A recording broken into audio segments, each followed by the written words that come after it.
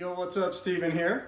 Part of having a healthy diet throughout the week is spending a little time preparing enough food to get you through a few days.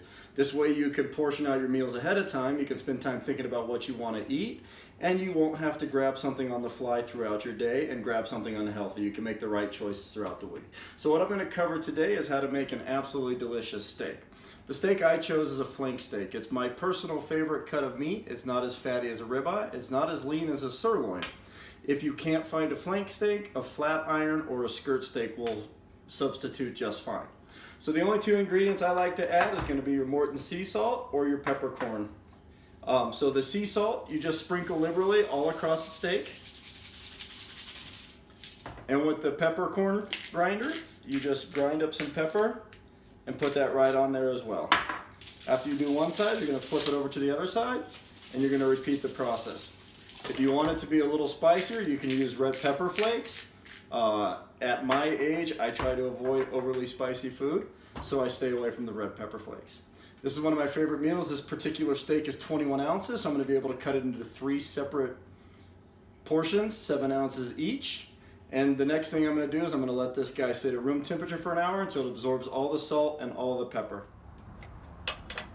All right, I got the grill fired up, and for a steak this size, what I like to do is I like to lay the steak on there for 4 minutes. I give it a turn for another 4 minutes. I flip it for another 4 minutes, and then I'll temp it after 12 minutes. We're right at 12 minutes now.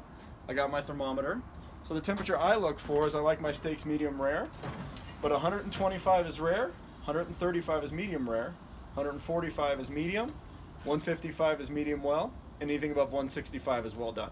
So I'm going to go ahead and give my steak a temp, and I will make sure it's where I want it to be. All right, when temping any meat, you want to go into the fattest part. So I went right in here. The temperature came out right at 138, which is right where I want it to be. I pulled it off, and now I'm going to go ahead and cover it for 5 minutes and let the juices redistribute. All right, so I let it sit for 5 minutes covered, and now it's ready to be sliced. But before I cut it, it was 21 ounces pre-cooked weight, so I like to weigh it after it's cooked so I know what 3 portions is going to look like, and it weighed in at 16.3 ounces, so you're going to need about 5.5 ounces per portion. So I'm going to go ahead and cut it. I like to cut it lengthwise into strips.